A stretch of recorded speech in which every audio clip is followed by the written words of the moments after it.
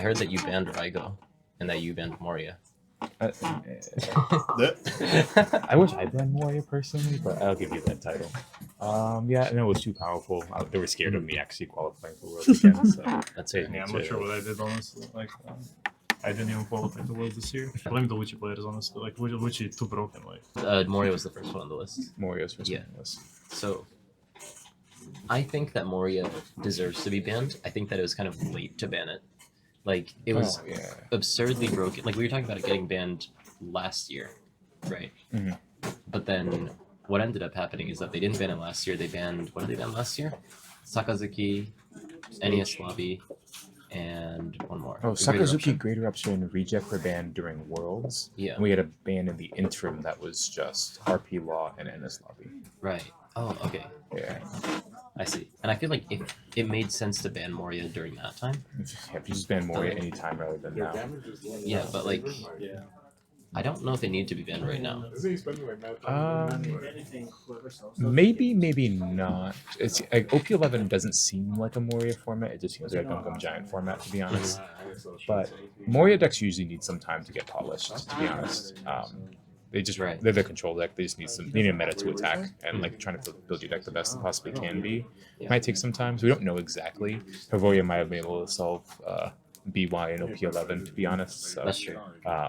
We just don't know if Moria would have been that busted. But I think it's a safe card to just get out of the way sooner rather than later. I think the immediate results didn't show it, but if we expect the natural progression of like the OP11 meta to be like GP and blue purple are strong, and then people counter it like Zoro, Bello, Betty, whatever random aggro deck. Now if you have Lucci, like as a natural predator to body aggro decks and like decently solid into green purple, playable into blue purple, like it's a bit difficult to take out all the big stuff if the Ice Age is banned. So maybe Moria ban is questionable like in that part, but otherwise there's a decent chance like a black control deck to take over eventually. Yeah. Lucci or Smoker, or Yeah. maybe some third option. I do think also just getting rid of the card means that they can actually print good forecasts now. Because the only forecasts that we play are cards that are like OP05 and earlier because of Moria. Yep. They haven't printed any good cards since then. And like for that reason, like the 7 casting that brings back a rested Navy card kind of sucks because your only targets are OP02.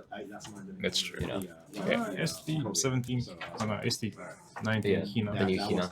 But yeah. I guess. But it doesn't Bring like back 3 plus Hina. it doesn't affect the board, you know. Yeah. And I think that's like what Black Navy, for example, is missing.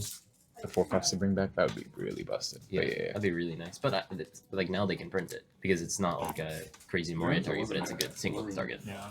You know, so for that reason, I think that just to give them more space to design, it makes sense to ban it. It would have been nice to see it like 6 months ago, though. Yeah, 100%. Yeah. But yeah, another Moria is just broken. Yep. Yeah. Okay. Do you have any thoughts on that as a BY Luffy player at Worlds? Yeah, I think I agree that Moria, like the ban was kind of late for it, but I think it was just a good ban, right? Because of what you said about forecasts. Like I think just somewhere along the way, Moria, even if it wasn't broken in OP11, it's bound to get broken again. Hrvoje, maybe you cooked something up in OP11, as Yonas said too. Maybe it was broken in OP11, we didn't know it yet, but it's just a safe ban, yeah. Yeah. I mean, honestly, you were doing crazy things with BY Luffy in the 3-on-3 cup. It's like only blue purple Luffy, but I feel like maybe if you just hard deck for that matchup, you could have made that possible. And then Third Shirahoshi deck. What were you doing? Because I didn't even know what happened. What were you doing with the Luffy deck? Okay, so I mean, I just ran all the EU tech, but like in Japan, so people were like, whoa. Except now we have Zeus, but Shirahoshi with Zeus is like so disgusting. And if you have Kuzan and resolve Zeus, it's like playing on easy mode. And even against blue purple Luffy, you would be able to clear like their first or second or even sometimes third big drop, and they like skip their 3 turns where they drew 2 cards, but you clear their big body. Yeah. And suddenly they're 2 behind, your punch Luffy is hitting them every turn, and you just kill them before they can stabilize. But sometimes they like what happened in top 16, guy goes Lin, and he ran with 2 Bonkleys, which I could not remove. He goes Lin, and then next turn Sanjin to Kiros. And now he has like 5 9k attacks. I didn't have rockets to like clear the Bonkleys, didn't have Zeus, and he just has 5 9k attacks on board. And that's where I lose. But if I can clear the bodies, it's like very playable, and I can just like fully like tempo them down, just hitting them. yeah. I think the deck was really well positioned over 11. Yeah, especially, I mean, if Moria wasn't banned after his results, I think that there'd be a bunch of Western doomers about what's going to happen in OP11 when the format comes around. Western and Doomers is just synonymous, though. Yeah, it is synonymous, honestly. It's like another 6 months of Moria. So, I mean, I think it's fair for that card to get banned. Yeah. The second card on the list is Forecast Jinbe. I'm actually quite mad about this one. So, I think Jinbe not existing is okay. But the problem I have is like Dofi's still like reasonably functional without it. I think that Dofi's still fine, but it's not that good anymore against decks that can KO 2 bodies basically, or 1 body a turn. So like around the like Smoke Ridge, like Tashigiing your guy is gonna be a lot more relevant now, which is like a small upside, but not really that relevant. But the deck's still like super powerful, and Boa just got hit for like no reason. I really wanted Boa to be like, reasonably playable. Yeah, I thought that they would at least try to make Boa playable, which is why my theory was 2-cost Teach. I also really prefer 2-cost Teach, just because I think if Dofi has some high rolls that aren't stackable with like the Teach effect, I think it's like perfectly fine. There's going to be some high roll potential that's like less consistent, but still quite powerful. Now that the power level is just dropped off significantly, so I just don't think that there's like even remotely like tier 1 anymore, but still like playable. Yeah, it's kind of unfortunate because like the reason why I wanted 2-cost Teach banned was because like it would keep the power level of the deck pretty reasonably high, but it would reduce the skill cap of it. I feel because I think 2-cost Teach is what made it really difficult to play that deck. Understanding like how when to use the effects and what to stack and whatnot. Because if you use it poorly, then you're at 3 cards in hand on turn 3, basically. So like, I would have preferred that banned, but I mean, Jinbe, kind of unfortunate. How do you feel about Jinbe versus Teach? Or is there any other card you consider banning? I think there was a few options for Dofi, and I think the leader himself was an option. Like maybe the easiest way out is just ban the leader, like get rid of it because it's way too efficient. But I think there's like a lot of interesting options. They could have banned Sengoku, maybe even like hit Perona alongside Sengoku, just like cripple the consistency of the engine in its roots, where it's like the strongest and most oppressive, where you just early turns you just Sengoku Perona stack Jinbe reroll basically. Yeah, because early turns you just shove out all the big bodies, and your opponent like is too slow to catch up to it. And what enables it was seeing the 1-drops, like the good 1-drops. Otherwise, you'd have to play like the 1-cost Dofi from like I don't know when, or the I don't even know what other consistency pieces the deck would have. Yeah, the in that situation. 1-cost Dofi is really bad. Only stacks 3 and it doesn't have counter. Yeah, but actually, if they got rid of like a 1-cost, then that would also reduce the power of 4-cost law. So because if they don't hit that, then they can also just aim to hit like the broken tempo cards, which are just the wall bouncing opponent stuff for basically free because you bounce your own like 1-drops, or even Jozu, which I think would be more extreme and less necessary because of that card slows some matchups too much from the Dofi side to actually be problematic, whereas Law is like naturally comes out through leader, and it's just one of those cards that are so flexible and so good that I think no matter what they will be played in blue Warlord decks for time to come. So like hitting 1-cost would hit starter line directly. Honestly, I mean, I don't think that 6-cost Jozu should be hit at all, but I always think about like when you think about which card is the best in each cost slot, there's like lots of debate about like what's the best 9-cost, but I don't think you can really debate that anything's better than Jozu, just because Jozu answers every single 6-cost. Like within the 6-cost slot. So best 6-cost in the game? Probably is Jozu. I think so. I think it's like by far the best 6-cost in the game, in my opinion. Yeah, but I agree. There's also not many good 6-cost period. Yeah. I'm trying to think. I agree. I can't remember anything else. I almost feel like the Jinbe ban was like an overcorrection. I almost feel like if you ban it, it makes it you make all the other cards available to play. Future cards that come out, they'll also be able to make more stuff because Jinbe is banned. But because Jinbe is banned now, I feel like the deck is probably unplayable, very close to unplayable. So I wouldn't say it's exactly unplayable, but it's much more easy to target, to be honest. Yeah, I went on record. I think the deck's still gonna be good. Like tier 2 at worst. So do you think that it's a tier 2 deck then? I think it might even still be tier 1. Like I don't see why it would be like. There's a lot of games where you just stomp with like 5 life, or 4 life, especially with the favorite matchups. And now it's just gonna be weakened to those. The matchup where you needed the extra bodies was Lucci. That's true. So. Oh, and but Lucci's kind of for now. a at least. lot Yeah. worsened. Yeah. I think like all the matchups like had the benefit from having extra bodies just because you whittle their hand down so quickly. Like a Bonnie especially because the main way you would like prevent the threat of Kid is having so many bodies that once you can threaten Pudding, they just have to counter everything, and they never keep a big hand for Kid, and that's how you like play their own Kid in that matchup. With Jinbe, like achieving that board state is a lot slower, especially because they can now like they have more space to play Carrot and like just slow it down enough that their board can handle like defending Kid. But still, I think all the matchups where 6k bodies are more relevant than Jinbe still exist. Against each, you never resolve Jinbe anyways. I think LUFFY is still going to be good, like in a good position overall. It's reasonable. I'm not sure if it beats Teach anymore, to be honest. But I think Yeah, it's close. because I don't think they have 2 leader ability on like their 2/3 don't. Yeah, they don't have the leader ability until the second they play their purchase, which is a lot later. So That's fair. But speaking of Lucci, you know, Yep. Moria wasn't the only card that he lost. He Yeah. also lost Ice Ice Age, which This is the most decorated Lucci player. Probably you, right? Did you play Lucci once? You didn't play it at all? I played in some tournaments. I didn't do well in them. Oh, okay. I also didn't do well with mine. So. I don't have much experience playing Lucci, but I have experience playing against Lucci. Yeah. And even at like a 3v3 that we were at, I played against a Lucci. And every time that I played a big character, I was like, okay, the only answer that he can have is Ice Age. And he had Ice Age. I was like, I ended up winning. Yep. So, I mean, it says something about blue-purple Luffy. But like, it's one of those cards where like, you know, 3 cost Brook, 1 cost Ice Age. It's just like, if you have these cards or if you don't, significantly changes the amount of power that you have within the early game, for example. Yep. So like, for that reason, also because Ice Age is only searchable if your deck is Navy, which is only relevant in Smoker. Very good in Smoker though. It was very weird as a card because although, I mean, it was good. I felt like throughout the game, but there's so many instances where like if they have it, they're chilling. If they don't, then they're in a really bad spot. So it's like it almost hits them too much, I feel. For me, Ice Age was the only reason why these black decks were able to compete with top-end decks. The deck was just so specialized in just KOing medium spice stuff with like Brook, Lucci, all that other stuff. It was like otherwise it was quite hard to get like big characters in range without like multiple cards like Tempest Kitsuru, other stuff like that.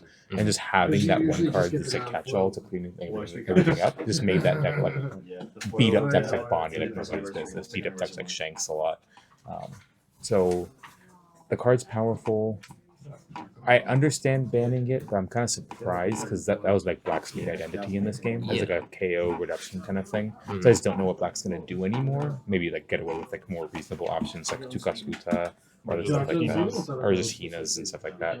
But I'm not entirely sure if that's good enough in this current game. But like I feel like the reason why things like 4-cost Lucci and 3-cost Brook are strong is because of things like Ice Age and Great Eruption, which we used to have, you know? And then now that those cards are gone, it makes those other cards that rely on actually getting the opponent's characters to 1 or 2 costs a lot weaker. So like Black as a whole just seems kind of bad right now, even if they still have Rebecca Hinoguchi. Yeah, they only have like one reducer really, and that's just Tempest Kick for the Lucci side, right? Yeah. I mean, they have to play Soap Sheep or play more bodies to get more reduction like Khalifa, but it seems very inefficient for a deck that wants to be very efficient, right? Yeah, I think it's just a consequence of like constant black hits like Great Eruption and ISOB were like what Lucci would use if he had access to those, and now he lost even like the tool in Ice Age. Do I think it deserved a hit? Well, kind of. I think Christian Churla gets a shout out here because he called Ice Age like as a bannable card like from the start, from OPA 2. And at the time, I didn't believe him. I didn't think, okay, whatever, it just reduces. Because the removal options, cheap removal options were not as good then. There was no Homeboys, there was no Brook, there was no Fortress Lucci. Yeah, exactly. And now that these cards exist, and many more like archetype-specific ones, suddenly these Ice Age is like extremely powerful. You remove tank lists with way too much ease. Your opponent you're not evenly trading tempo because your one card does way too much work. So yeah, I think it deserves the ban, but it puts Black in a really weird spot alongside the Moria ban. It will require like some creative solutions to have enough cost reduction. it almost feels like Black was because obviously Ice Age OP02, one of the first cards that they ever got, and also Moria OP06 at this point is like almost half of the game's lifespan that we've had it. It feels like so many Black decks have been designed around the pretense that you can -5 cost or you can play a 4/2. So then, not having both of those in the game now, I feel like really they need to figure out something new for Black to do. If that makes sense. Rest in peace, Black cards. Mhm. I just jump back in. I think all the black cards were too good, too efficient. Ice Age was untouched for way too long, which it's great to see that something's being done now. But now I feel like maybe Lucci is more fair. Yeah. Lucci has this weird problem that I think Smoker had now that both Moria and Ice Age are gone, is that deck's really good at clearing things while putting a bunch of 5 and 6K bodies in play. But there's some decks where that's not good. Yeah. Because you just get so overclassed. Like random decks that like can reduce power, like 10 cost Shanks or stuff like that. Or leaders that just get bigger, whether it's like a 6K leader, like any of the big Luffys that are coming out.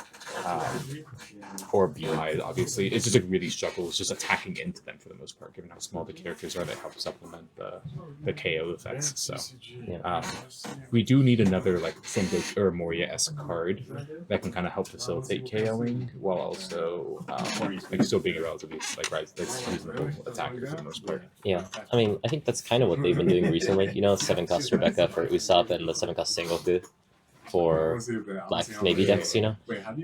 It's just, you know, without actual, like, efficient reduction, then the KO part doesn't matter as much. So, yeah. Yeah, I mean, it comes down to power density of individual cards at the end of the day, because Black was, like, based on this synergistic, like, lots of moving pieces that work together to, like, achieve something really broken when you combine them. But when you compare, like, individual Black cards, like Stussy or whatever, to, like, Green Shanks, which is, like, conditional but just straight up removes at no cost, or Tenko's Doffy, which are just cards that have so much power packed into one card compared to Black's top end, but Black had Moria, and that was like what kept it like comparable in terms of top end. But then it also had ways to like easily remove opposing top end, right? Thanks to Ice Age. And now that those moving pieces are like very much reduced, yeah, I don't know. Maybe Black just has to go to like Stussy or Isho or cards like that to get back into the meta. For sure. Isho's a fun card, but yeah. It doesn't feel... It feels... The weird thing about Isho, I think it was printed in OP03. It was 3. Yeah, it didn't come out until...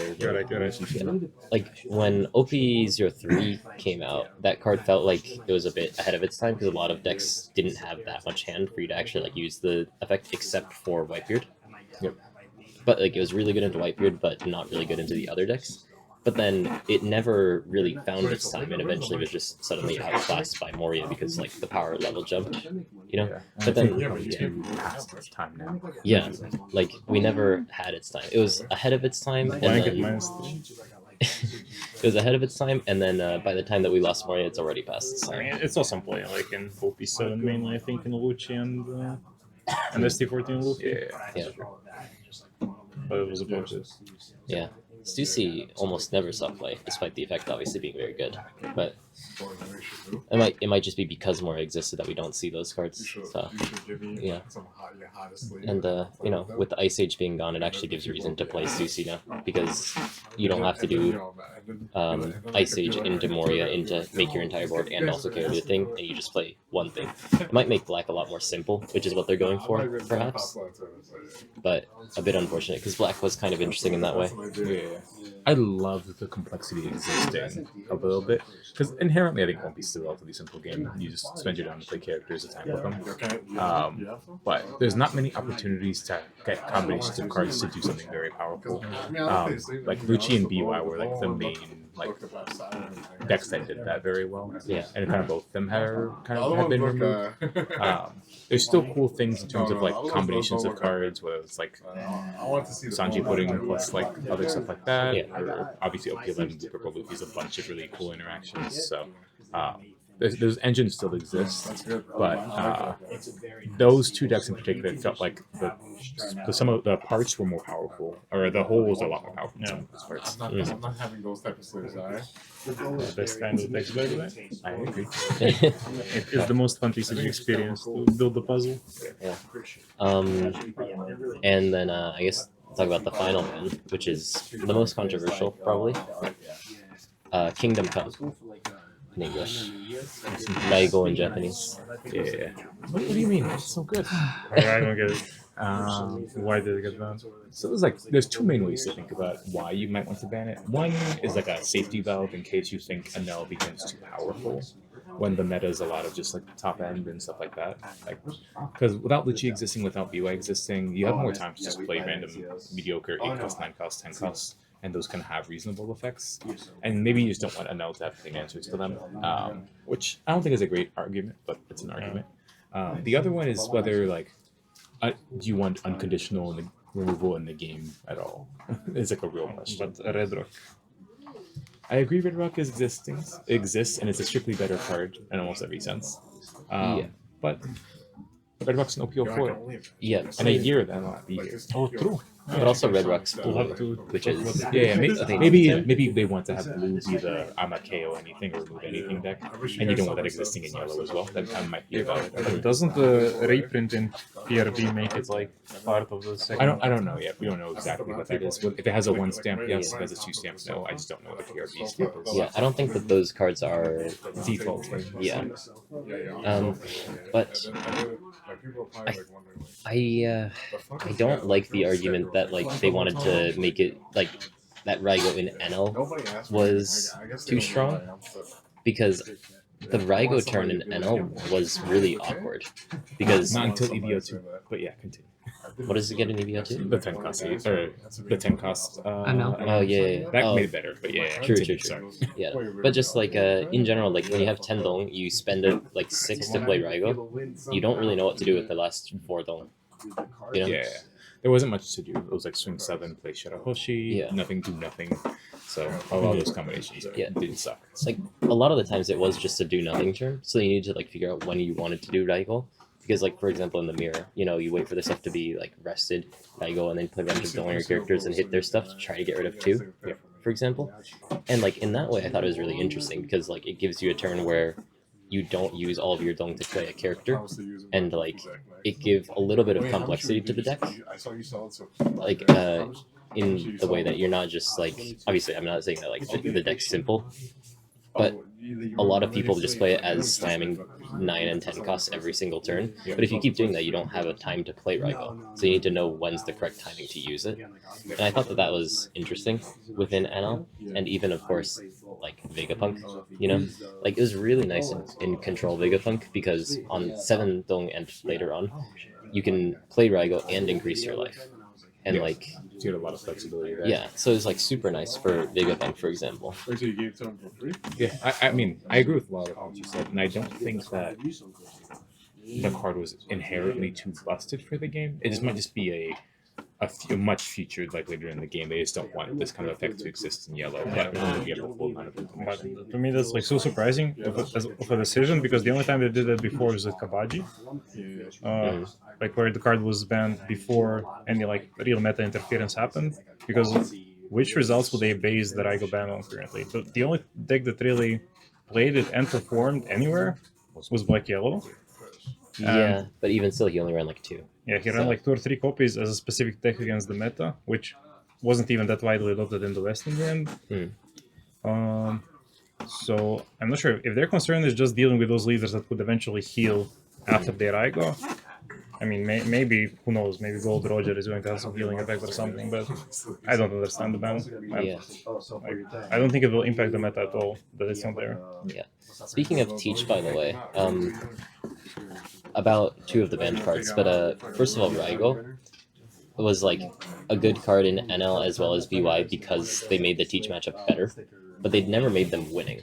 Yeah. You know, so like, and also Teach isn't significantly hit by the bans, so like they took away the one chance that Yellow decks had against Teach, unfortunately. Yeah. But one interesting thing I will say that maybe some people don't know is that in OP11 the most common Teach build runs Ice Age as well as the 7-cost Jack, because that's kind of the only way that you can deal with things like Blue Purple Luffy, because their cost thresholds are so high. You need to have like some really high quality what is it, cost reduction, yeah, like in Ice Age, as well as consistent removal from the opponent's board in things like Jack to actually be able to deal with their board. So although it seems like because we didn't get a specific Teach card in like Hachinosu or Burgess, Luffy, what these sorts of cards getting banned, Ice Age does actually hurt Teach, which is kind of interesting. I agree. I'm not entirely sure how Teach is going to pan out. I'm scared of it in OP10, to be honest. I think it's a little bit scary. Yeah. But once EBO2 comes out, I think it's going to be a lot worse. Yeah, I think the bans affect the West a lot more than the East, because you guys still have OP10, assuming that you guys get it within OP10, But Teach is already in a bit of a bad spot in OP11 because Green Purple Luffy as well as Blue Purple Luffy actually does beat it, because he just needs to ramp really hard to 10, and then even if he's playing one thing per turn, that gets locked by Teach because you're drawing 2 cards per turn, the opponent's losing 2 cards per turn. Eventually you just win out by resources. Makes sense. Plus your leader's 6k, so when they play 10 cost each, they can't hit you. And the big boy blockers that restand your stuff. It's Another good card. And Giant. The real card. Yeah. I'm surprised they didn't ban Giant. Yeah, I imagine the timeline wasn't that fast on it, just because how good has Blue Purple been? The release of the set was like 3 weeks ago. Yeah, like 2 or 3 weeks ago at this point. Yeah. So like maybe they had a ban list before they realized how dominant these purple decks would be in the beginning of OP11. Right. They just didn't have much time to really define their ban list yet. I think the card's a little too good, personally, but I can see them wanting to have their best decks in the game just be Luffy decks with Gum Giant. Yeah, that's my argument. You gave it like a fair assessment. For me, I think that's because it's the main character. They don't want to ban a Luffy card, especially some like an event as significant as Gum Giant, because it's like Gear 5th Luffy doing crazy things, Yeah, I think. That's a sensible reason, but I really hope that doesn't play a part in their balancing, because it's not a impartial reason. I don't think you should do that for the longevity of the game. Yeah, but sometimes it's a small factor. But fingers crossed it gets banned within the next 6 months. Hey, I mean, if Moria has anything to go off, they'll ban it next year after it's already been outclassed by something. If they print a more broken Gum Giant, they will. No, I just look at Gavel and the Gum Giant. that is best and worst right there. Oh my god, we don't need to think about that. But if we're kind of talking about maybe future bans, I do think that Blue Purple Luffy is very problematic for the future. Yep. Although, personally, I don't think that it's the best deck in OP11 currently, because it has consistency issues in the early game. If those issues are ever fixed, or just at any point Bandai releases strong 7 to 9 costs, then the deck always becomes better. It's kind of like Red Purple Law, where every single set they make new cards that just accidentally end up buffing the leader. Blue Purple Luffy is the gatekeeper in the format, kind of the opposite way that Dofi was. Dofi was just such an aggressive deck that you couldn't play a deck anything slower, right? Because you play too slow of a deck and just die to Dofi. For sure. Blue Purple is the opposite. It's just such a slow, powerful deck that if your deck isn't fast enough, your deck just gets ran over. So it kind of polarizes things in the opposite direction, and I think every mid-range deck is just going to struggle too much against a deck like Blue Purple Luffy. And mid-range is kind of where you want your game to exist, to be honest. You don't want the game to just be all aggro decks and all control decks. You just want to have a little bit of a blend. And having Blue Purple Luffy just be this dominant and kind of stopping all these mid-range decks from excelling is probably a problem. Yeah. But I mean, it's kind of interesting though, at least to see how the meta's been changing. You know, because like OP11, basically the only thing that changed is the Blue Purple Luffy leader, and like only 2 OP11 cards are being used in that deck, and everything else is old cards basically. But Blue Purple Luffy alone changed the entire meta from like being kind of slow answers to Doflamingo, like, you know, Lucci, some people playing NL here and there, to suddenly people are playing like Red Zoro, Bello Betty, Green Purple Luffy. Green Purple Luffy was around, but like these sorts of like really fast aggro decks. Yeah, the resurgence of aggro decks, I'm not entirely sure is a good or a bad thing. Mhm. I like that they finally come back. I haven't seen Zoro in a very long time. Yeah. I'm not sure if their existence in this game at the moment, as they are, is healthy. Because like they feel like one card Phoenix decks. I have to sneeze something. He failed to sneeze. He's just sitting here for like 10 seconds. I'm sorry. Yeah, I don't think that like having like Bello Betty and Zoro be reasonable decks just because they're like one deck answers basically is like a good thing for the game.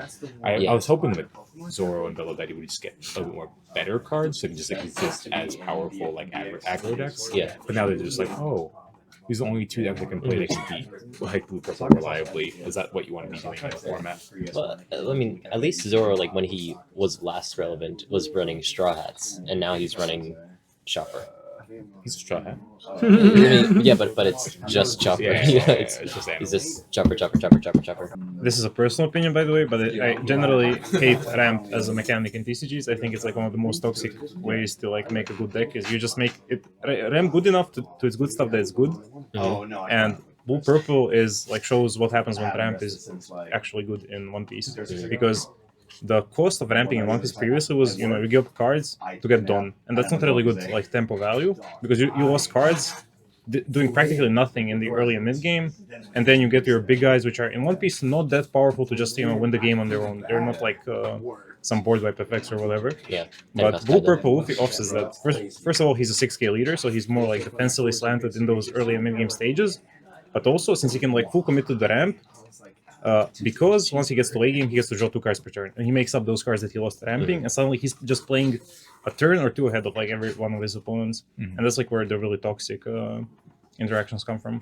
So he invalidates one of the downsides of playing all those like very mediocre ramp cards, which is you draw them when you have them down. The fact that you get to like stack your deck, or the top 5 of your deck a lot of the time, this means you're just never drawing the it's to die for later in the game or other stuff like that. So and also the Gangam to cycle them, the ability to like set specific stuff into life with Linwin for potential triggers. It's like for me specifically, Blue Purple is the reason I want Giant Band, not Green Purple. Just because of the Giants existing in aggro decks, I don't mind as much personally, because there's different ways to beat aggro decks. Which is just like, oh, I can just get rid of your threats. It doesn't matter how much counter you have. That's perfectly fine. Purple Luffy's kind of done that a lot. Even Green Purple, you can just remove their stuff and kind of like buy time that way. You can't do that with Blue Purple. Blue Purple is the control deck that also has this absurd card advantage control or defensive mechanism in Gum Gum Giant. And now you just get to be like, okay, I'll just make sure I never die, and I'm always going to have a more dominant board than you because of 9-cost Sanji, 9-cost Dunlin. And you just basically are this immortal god a lot of the time in the late game. So I think that's my main problem with Giant and less of the aggro decks. Yeah. Kind of counter argument, just my opinion on why I don't like the Green Purple Luffy's Gungam Giant is that because Gungam Giant exists, they don't need to have any other defensive tools in the deck. Like Purple Luffy's kind of the same, where it's like they just play their board, they go low on life, and they just keep hitting you, but they're okay because they have Gungam Giant. And by not having Gungam Giant, they have to like, you know, like Zoro just keeps hitting you. Bello Betty ends up running out of resources. Like both those leaders eventually run out of resources, whereas like Green Purple Luffy, because he has Gungam Giant, you can't, like, if you're not an absurdly aggressive deck like Bello Betty, you can't try to rush them down because they have this one defensive tool that doesn't minus their hand at all, and you can't necessarily like fight them on the board because it's still like you can still if they decide to swing 11k into your board. Yeah, you could via, still via defend. combat, you still can't win against Gum Yeah. Gum Giant. I meant more like Lucci KOs, red Okay. ways to reduce it, 2 seconds to it, stuff like that. I think there's a lot more like ways to counteract this kind of stuff, whereas it's a lot harder to do in other decks. But I do see your point. Your threats never die if you have the counter. In Yeah. terms of, like, pure So combat. so it's like very specific decks end up beating, like are good into it, and then just because it has this extremely powerful defensive failsafe, it's very hard to take any plan except for destroying their board through KOs and not combat. I mean, So- one of the things, see that banner right there, the Fusion World. One of the things I hate the most about that game is the concept of like super combo, where they have the 40k counter, but they can only 4 in their deck, and then Gum Gum Giant is basically that, but stronger for a specific set of leaders in the game, and just like it's overpowering to have a 0 card 40k. Yes, That I played the tutorial, so I know super counters. or super combo. Yeah, super combo. Yeah, Back to your point, I do agree with your kind of argument. There's a lot of points there, but for green purple, there's 2 ways to beat it. Both like trying to kill their board or trying to be hyper aggressive like Zoro or Belladetti. I feel like blue purple only has super aggro option as the way to beat it right. because the control option doesn't really work. That's my main issue. But That's yeah, fair. I do think it's valid. That's fair. That's fair. I think even without Gum Gum Giant though, blue purple still has that weakness, or like obviously it's like a bigger weakness. Yeah. But it doesn't make new ways to beat blue purple Luffy. It just makes him worse at the one thing that he's good Yeah, at. that's a good Yeah, point. yeah, So- that's fair. That is valid. Yeah. Because they never effectively run out of big bodies to play. That's usually like when you play against Nell, against Bonnie, against Shanks, you can sometimes plan your game around just removing whatever big threat they drop, because there's only so many they can draw in a game, where it's like realistically that they still have the counters to survive and whatnot. But blue purple Luffy always finds the next big drop, sometimes even 2 on the same turn, and that's what really makes it a precedent to so many decks. Yeah, for sure. Yeah. The leader effect is too good. Look at the top 5, rearrange it, and then Search 2 cards that add you're going to play one. for a turn. Yeah, draw the other. Yeah. It's too good. And the only hard thing about that deck is if you send the cards to the top or bottom, basically. But if you have 9 Sunbeam and you see a 9 drop, then it's very easy. It's just like if you don't have that, then what do you end up doing? So it's like quite simple and also very consistent once you can get to that point. And then, but just to mend that weird early game, people end up putting in like 12 to 16. I've even seen 18 cards with ramp to just make sure that they always get to them. And then it's just making sure that you don't brick by the time you get to 10. And then once you get to 10 and have like 9 Sunjin to 9 Mom, then you're kind of fine. So, yeah. Deck's very good. I still think that green purple Luffy is stronger in general just because of the consistency in the early game. Because it has 3 searchers, whereas blue purple Luffy doesn't have any until it reaches Tyndall. But they're both very strong in different ways. So, Yeah, 3 searchers for the same stuff is kind of dumb. yeah. Speaking of which, I played in the side event yesterday. Yeah. I played Kobe. I just borrowed some guy's deck, played Kobe. It has 3 searchers. Yeah, Like, it's uh, brand new. Yeah, Kujaku. brand new Kujaku Sengoku, kind of, you know? Yeah. Like, Or the event if you want to play more. yeah. You know which deck has 4 searchers? Dude, 4 searchers? That deck's crazy. Not enough. We need more. Do you know which deck has 4 searchers? If you want to take it, bring it right now. I don't have it anymore. Wait, Oh yeah, Rage has 4 searchers. Yeah. Okay, there's another that already in the West has it. Now these I have to hold on to. Is the GP Dofi. He has like the Baby 5, Oh, the Sugar, and the 2 events. Oh, okay. Yeah. Not That's funny. I still That is a lot. not in the fucking Yeah. US. And then honestly, I don't know if they exist for like red, green, straw hat decks. You know, now you have like the EV02 Nami. You know, they keep increasing the consistency of like those specific archetypes. And it's just if the cards that you draw into are really good, or like even if you have one specific Sunjin pudding that's really good, then that's basically enough to make the deck good now. But there's so many different searchers. Speaking of overly consistent decks, let's try to talk about rotation real quick. Oh yeah, That's the other big announcement. yeah. Actually, definitely something to talk about. I think one of the things that I've noticed that's too strong in this game is just like consistency, and it's kind of gotten really bad of an issue, especially with Dofi and Green Purple Luffy. The deck's having so much consistency and so many searchers just to like enable its one powerful thing has kind of like been an issue on my mind for the past couple sets. Right. And I'm glad that rotation's coming up just because if this trajectory keeps continuing, you just have the broken decks that just have like 1 or 2 hyper relevant cards. and then like 12 searches for straw hats or supernovas or stuff like that. So I think that's one of the main pros for rotation that I've kind of thought about myself, and I'm glad that's kind of slowly being kind of addressed. Yeah. My one thing, so I think there's some things that people don't really understand about rotation. Like they show the manga parallels. What does that mean for rotation? So for people who don't know, I guess from April next year, not next month. A lot of people thought it was next month. Yeah, 2026 April. The cards from OP01 through OP04 are no longer playable, and that includes the leaders, but it does not include, for now, the I don't know if you guys feel the same. cards with a alternate art manga version. So that means you can still use the OP01 Nami in its base rarity, but it's usable because it has a manga version that's in PRB. Doesn't necessarily mean that all of the PRB alt arts are legal. It just means that that one is because it has a manga. Yep. So I think a lot of people don't really understand that. So they think like, oh, 8 Kid's safe, Red Rock's safe because it has a reprint. But because it still has the one on them, it's temporarily for now.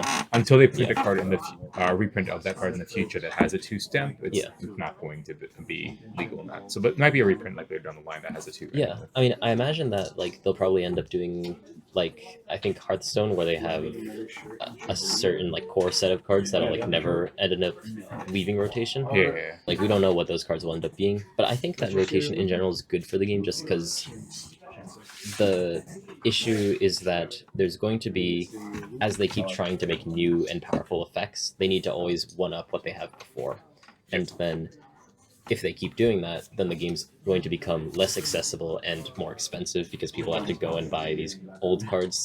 Like in the West, like the EV01 Chopper is crazy expensive. 8 Kid was crazy expensive for a time. Yep. I don't know about now. Even something But as little as Corona is $6-7. Yeah. But like the accessibility of the cards, just if they're gone, it makes the game a lot easier to get into, and also makes things interesting because now we're not talking about like potentially 2 to 4 bands every year. We're talking about like entire sets not being playable anymore. Yeah, tragic that we might be losing a Kid though, because that's really tragic. I'm shedding tears right now. How do you feel about rotation? I generally hate rotation in every card game. Like straight up hate it, just because I think, first of all, I think the fact that players got conditioned to it at some point to accept that like a whole wave of cards gets banned just so you buy a new product is like ridiculous to me. It's straight up like Stockholm syndrome. In terms of balancing, I don't think it does much, and I don't think it does much to like dissuade power creep, because the cards you're competing for sales with like are the cards from the last 2 or 3 sets, which are like at the forefront of the meta pretty much always. Because when you look at it, we don't have that many good cards like played constantly from OP1, OP2, OP3, OP4. It's mainly like the newer stuff, with a few exceptions. Like the really good cards from earlier sets are still played, and now they might not be played. But if there's something in earlier sets that like could actually become good with the right support, now it's completely like disappearing. And this is not just for specific cards. This can be true for like entire archetypes. Like if you want to play Iceberg from OP03 or even the Nami leader, like you might just not be able to starting April next year. And to me, that just it limits competitive choices. It like dissuades. I'm not sure how to phrase this, but like if you have a deep knowledge of the card pool, like all the way back, I think there should be some like potential reward for that. I don't think you need to be rewarded for it, but I think there should be potential for it if you find something to break open the meta, and then they can balance it afterwards if it's actually that problematic to the extent that it requires like bans or something. But I just like having that option there. So I'm a much bigger fan of eternal formats where everything is legal forever. I won't quit the game over rotation. Yeah, I mean, at least they announced that there's. They announced it way in advance. It's like really props to them. Yeah. But I'm generally just not a fan of the concept, and but to me, it just doesn't make sense that people accept rotation in any card game. But what can you do? I guess adding to his point, my blue purple Luffy list, I was running the 7 King, which is an OP04 card, and that card has never seen play since it's been printed. Basically, I'm pretty sure. And now it's suddenly playable because it's really good, specifically in the blue purple Luffy mirror. And if the cards were out of rotation, because I do this a lot where like I'm looking for a specific, like I really want something good to play on turn 4, for example, so I'll look through the 6 and 7 costs. and just keep scrolling forever and like look at potential options. And then like that's how I ended up finding 7-cost king. But it would kind of suck if you end up in a situation where you scroll through the cards and realize that like there's this crazy card that you're just not allowed to play. And like it would have been crazy, but just because they decided that you can't play like the Momonosuke Searcher from OP01, that like suddenly you can't do certain weird combos now. So a bit unfortunate there. I do think that like accessibility of the game and like making sure that you don't have decks that cost like several $1,000s is nice for the player base, but I also agree with what saying. How do you feel? I have a love-hate relationship with it. You know, both the same points with what Kai and Yonas was saying. You know, like if you rotate all these cards and there's less individualities, there's less spice, there's less text that you can put into the deck. There's more of the same pool that you can that everyone's playing with. So the 50 card list that everyone's playing might be 48 cards the same rather than 46 or 45 or something, but those 1 or 2 cards could make a big difference, and I feel like that's what makes the game so much fun, that you can add these 1 or 2 cards that makes a difference specifically for you and your deck. But I also agree that for the longevity of the game, that rotating makes a lot of sense, and it'd be cool. It would be cool to see everybody kind of more on the same playing field, so it's more skill intensive than it is maybe like spice individuality based, text. I'm gonna miss the full card pool just because like I do like the idea of just like having new cards or like, having old cards coming up a lot of the time.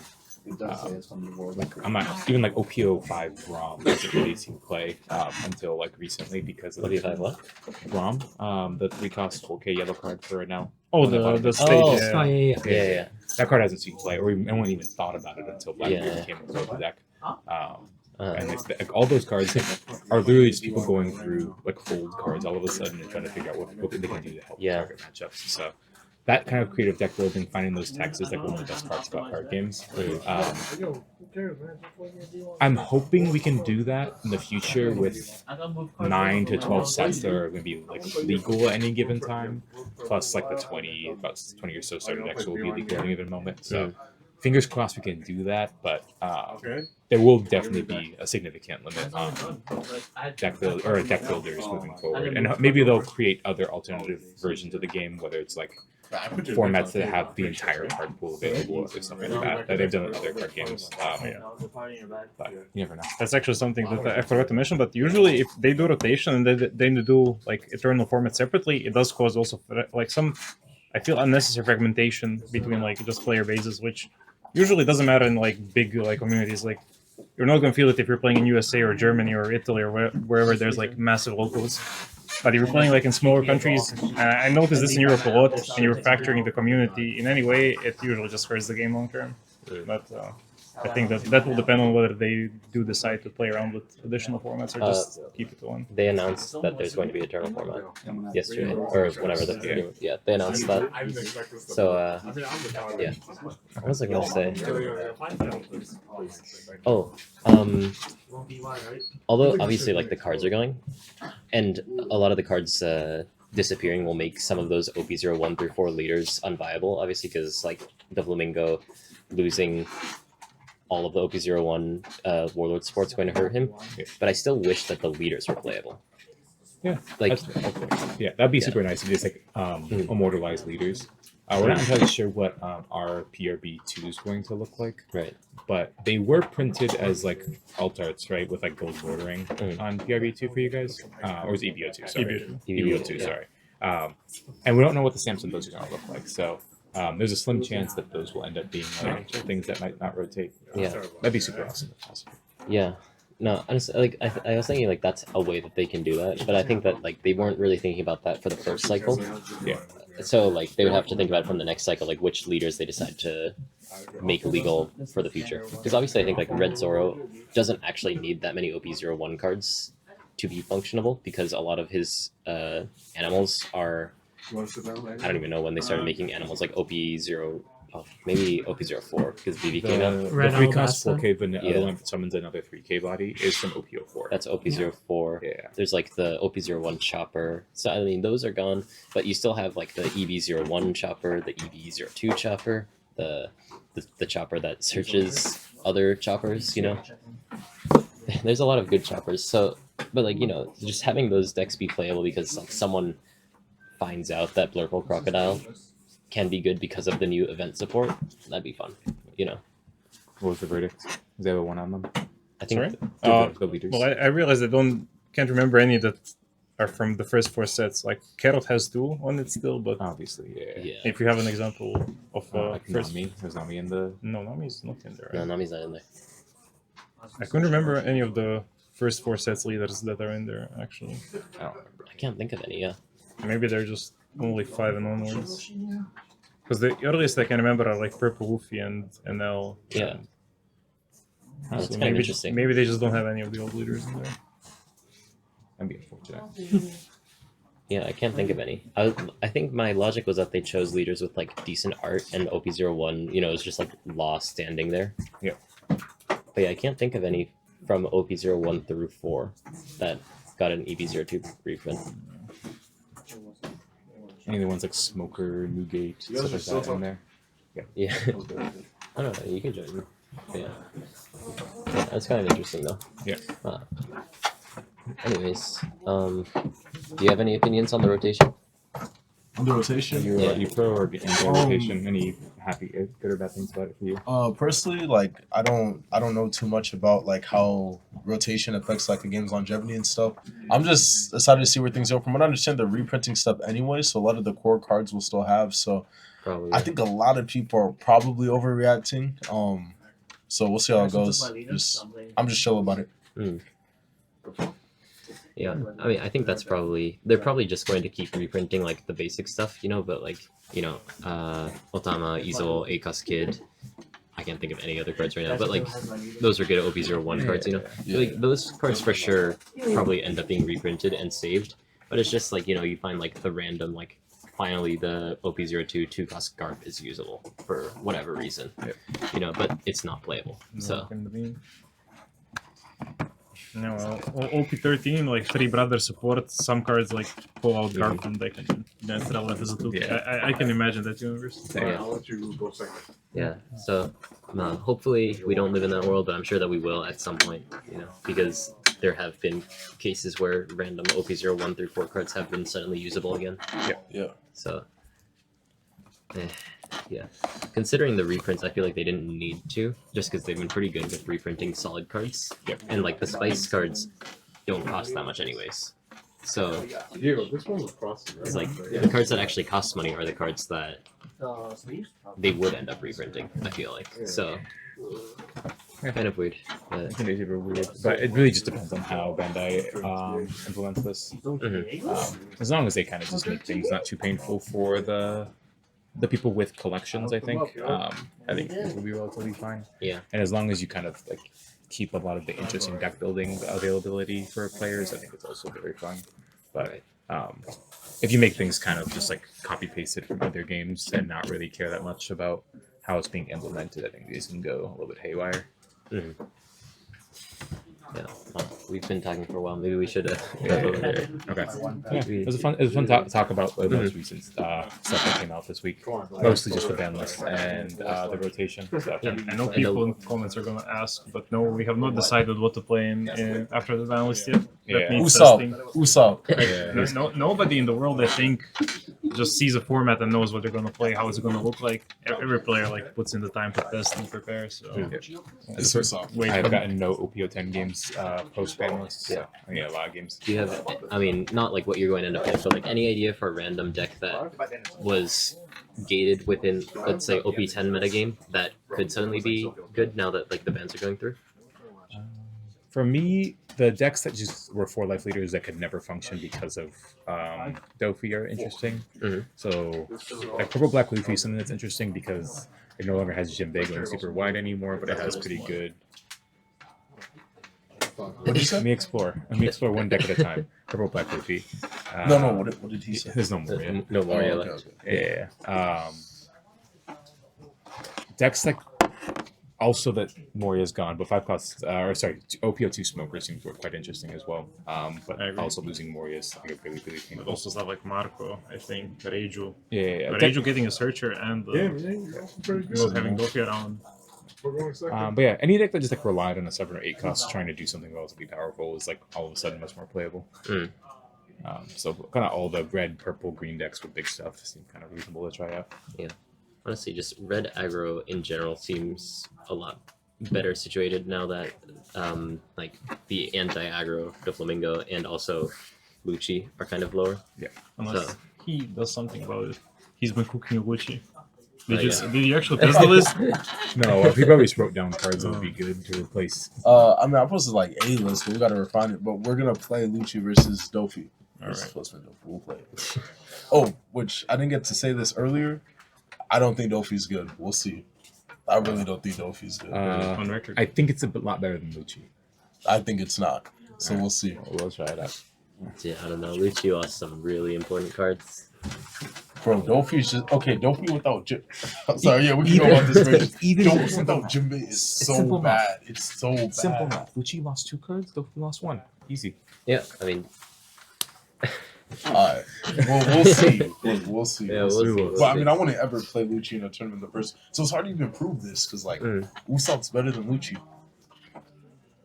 Yeah, That's I mean, a different take. If Usopp's not better than Lucci will be proven to be better than Dofi. That's my take. okay, but if there's no removal, then why do you need the +1 cost? So therefore, Rebecca is better than Usopp, who's better than Lucci. No, I'll leave you at that. I'll leave you at that. We're good there.